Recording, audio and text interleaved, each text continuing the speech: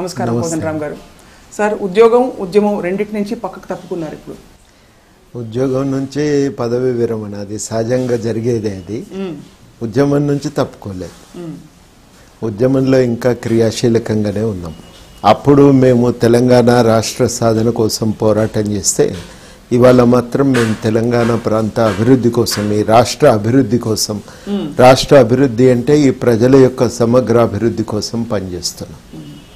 ఇప్పుడు ప్రస్తుతం ఈ 2 ఏళ్ల పాలన తెలంగాణ సర్కార్కి ఎన్ని మార్కులు వేస్తారు ప్రొఫెసర్ గారు? 10కి మార్కులు గ్రేడింగ్ సిస్టమ్ వచ్చింది కాబట్టి మార్కులు రావట్లేదు ఈ మధ్యకాలంలో.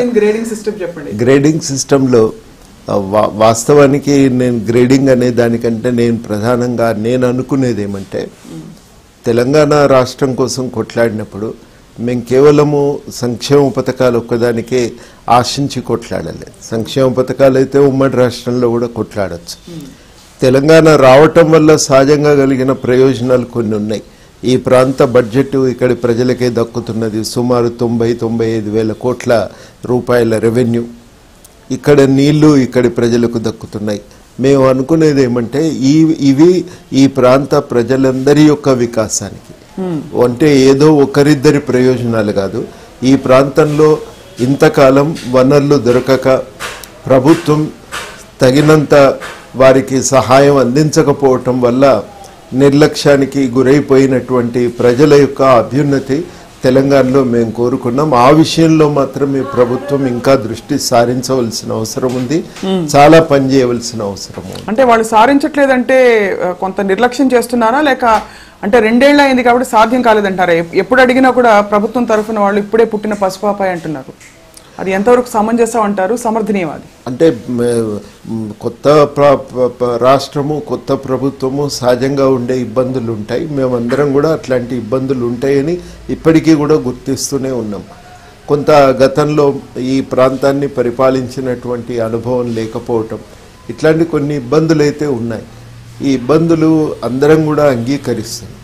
కానీ విషయం ఏంటంటే, ఇబ్బందులు ఉండటం ఒక అంశం అయితే ఆ ఇబ్బందుల్ని అధిగమించి ఈ ప్రాంత ప్రజలందరికీ మేలు చేయటానికి ఒక ప్రయత్నం అయితే చేయవలసి ఉంటుంది. చేయట్లేదంటారైతే ఇప్పుడు ఆ విషయంలో నేను అనుకునేది, ప్రజల జీవనోపాధి అవకాశాలను పెంపొందించటంలో, ప్రజలు కేంద్రంగా తెలంగాణ కోసం ఒక అభివృద్ధి వ్యూహాన్ని రచించటంలో మాత్రం ఈ ప్రభుత్వం చిత్తశుద్ధితో ప్రయత్నం చేయటం లేదనేది నా అభిప్రాయం. ఇటీవల మీరు ధ్వజమెత్తారు, అంటే గవర్నమెంట్ రైతుల అంశాలు కావచ్చు, అనేక అంశాలపై. అంటే ఒక్కసారిగా మీరు ఇది రాజకీయ శక్తి మీ చేత నడిపిస్తోందా అనే ఆరోపణలు మీ మీద వచ్చాయి. వారే ఆరోపించారు. ధ్వజమెత్తవలసిన అవసరం ఏం లేదు. ఎప్పుడు కూడా మేము ఏం చేస్తామంటే ఉన్న వాస్తవాలను తెలియజేస్తుంటాం. ఇంతసేపు మీకు చెప్పినట్టు తెలంగాణ ప్రాంతంలో ప్రజల యొక్క జీవనోపాధి, బతుకుదెరువు విషయాల మీద దృష్టి పెట్టాలని కోరుకుంటున్నాం. రైతులు, వృత్తులు చేసుకొని బతికేవాళ్ళు, చిన్న సూక్ష్మ పరిశ్రమల్లో పనిచేసేటువంటి వాళ్ళు, నడిపేటువంటి వాళ్ళు, వీళ్ళందరి గురించి మనం విధానాలు చేయాలి. వాళ్ళ అభివృద్ధి కోసం ప్రయత్నం చేయాలి. అదేవిధంగా మేము కోరుకునేది ఏంటంటే, ప్రజలకు విద్యా వైద్యం అనేది ప్రభుత్వ సంస్థల ద్వారా ఉచితంగా దొరకాలి. అన్ని పెట్టాం కదా, కేజీ టు పీజీ పెట్టాం, ఇంకేదో పెట్టాం, రకరకాల పథకాల పేర్లు చెప్తున్నారు. రోజుకు ఒక బ్యానర్ ఐటమ్ కనిపిస్తుంది పేపర్లో. మరి అంటే కాగితాలకు పరిమితం అవుతున్నాయి కొన్ని, అసలు కాగితాల మీద కన్నా రానివి కొన్ని. ఇప్పుడు వ్యవసాయము ఇప్పటి వరకు నీళ్ళు ఇచ్చే విషయం మీద కొంత ప్రయత్నం తప్ప, అది కూడా అవసరమే.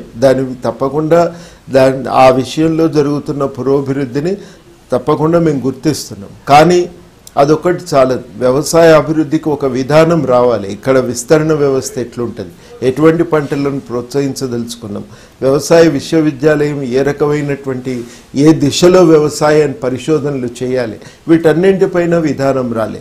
వృత్తుల పరిరక్షణ అయితే ఇప్పటి వరకు ఇంకా ఎజెండా మీద కూడా రాలేదు. విద్య గురించి సరే, వాళ్ళు కేజీ పీజీ అన్నట్టు కేజీ నుంచి పీజీ వరకు ఉచిత విద్య అన్నారు. కానీ ఆ ఉచిత విద్యను అందించటానికి ఒక కార్యాచరణ రాలేదు. కొన్ని సోషల్ వెల్ఫేర్ హాస్టళ్ళు, రెసిడెన్షియల్ స్కూళ్ళు వస్తున్నాయి, సంతోషం. అయితే అదొకటే కాదు, ఒక సమగ్ర విధానం అనేది రావాల్సినటువంటి అవసరం ఉంది. ఈ రోజు పెట్టుబడులు తీసుకురావడానికి అన్ని దేశాలు తిరిగి అందరినీ కలిసి ఇక్కడ హైదరాబాద్కి పెట్టుబడులు, తెలంగాణ కోసం పెట్టుబడులు తీసుకొస్తున్నామని, షాదీ ముబారక్ లాంటి ఎన్నో పథకాలు, పెన్షన్లు పెంచడం, ఇలాంటి అనేక స్కీమ్స్తో హైదరాబాద్ అభివృద్ధి విశ్వనగరంలో ఒకటి చేయాలని చెప్పేసి ఇలాంటి ప్రయత్నాలని మేము చేస్తున్నాం మా వైపు నుంచి. ఇంకా 2 సంవత్సరాలు అయింది, అప్పుడే అడిగితే ఎలా అని చెప్పి అడిగిన ప్రతి మంత్రి గారు, ప్రతి గవర్నమెంట్కి సంబంధించిన వ్యక్తులు అంటున్నారు. అందుకే కదా మీరు మార్కులు ఏమంటే వేయలేదు, ప్రోగ్రెస్ రిపోర్ట్ కూడా మేము అడగట్లేదు, మిడ్ టర్మ్ రిపోర్ట్ కూడా ఎవరైతే మేము అడగట్లేదు, ఇంకా మిడ్ టర్మ్ రిపోర్ట్ కూడా అడగట్లేదు. మేము అనేది ఏంటంటే మీ దృష్టి వాటి మీద పడితే చాలని కోరుకుంటున్నాం. అంతకుమించి ఈ సమయంలో ఆశించేదేమీ లేదు. మీరు విధానాలు తయారు చేయండి, ఆ దిశలో మీరు ప్రయాణం చేయటానికి ఓ ప్రయత్నం మొదలు పెట్టండి. అది మేము ప్రధానంగా ఇలా కోరుతున్నాం. అదే మేము ప్రధానంగా నిరుత్సాహపరుస్తున్న విషయం ఏంటంటే కీలకమైన రంగాలు కదా, ప్రజల బతుకుదెరు విషయం. అనేక మంది రైతులు కానీ వృత్తులు చేసుకొని బతికేటువంటి వాళ్ళు కానీ ఇవాళ తీవ్రంగా వాళ్ళు ఒక ఆర్థిక సంక్షోభంలో ఉన్నారు. చాలామంది ఆత్మహత్యలు చేసుకుంటున్న సంగతి కూడా మీకు తెలుసు. అసలు ఆ లెక్కలని తప్పు, మేము గిట్టని వాళ్ళు ఇస్తున్న లెక్కలని దబాయిస్తారు కదా సార్ వాళ్ళు. ఇప్పుడు ఈ లెక్కల విషయంలో మొత్తంగా మేము చెప్పినట్టు పేపర్లో వస్తున్న వార్తలే, ఎవరమైనా పేపర్లో వస్తున్న వార్తల ఆధారంగానే పేపర్లో అడుగుతారు వాళ్ళు, ఎందుకంటే ఒక్కో పేపర్కి ఒక్కొక్క పొలిటికల్ ఎజెండా ఉంది. ఇప్పుడు అన్ని పేపర్లో వచ్చినటువంటి వార్తలు లెక్క తీసుకున్నా కానీ వచ్చిన లెక్కలు గవర్నమెంటే పోయిన సంవత్సరము సెప్టెంబర్ నెలలో వ్యవసాయ శాఖ ఆధ్వర్యంలో మొత్తం సూసైడ్స్ను అధ్యయనం చేయిస్తే దాదాపు 90 సూసైడ్స్ జరిగినట్టుగా వాళ్ళే గుర్తించారు. ఎన్ని రోజుల్లో అంటే ఒక సూసైడ్ కూడా జరగకూడదు ఖచ్చితంగా, ఒక సెప్టెంబర్ నెలలోనే జరిగినాయి 90 సూసైడ్ జరిగినట్టు వాళ్ళు అంటే మొత్తం సెప్టెంబర్ నెలలు. అందులో కొన్ని 130, 140 దాకా వాళ్ళు రికార్డ్ చేసిండ్రు, కానీ ఇందులో 90 మాత్రం వ్యవసాయ కారణాల వల్ల చనిపోయినరు అని వాళ్ళే గుర్తించారు. అందుకని ఏంటంటే ఈ సంఖ్య చాలా పెద్దది. ఇది మనం మిగతా గణాంకాలు వదిలిపెట్టండి, ప్రభుత్వం చెప్తున్న లెక్కకైనా దాదాపు ఇవాళ మరి 100, 120 ఉంటున్నాయి అవి కూడా. మరి ఆ లెక్క తీసుకున్నా కానీ ఈ గణాంకాలు చూస్తున్నవి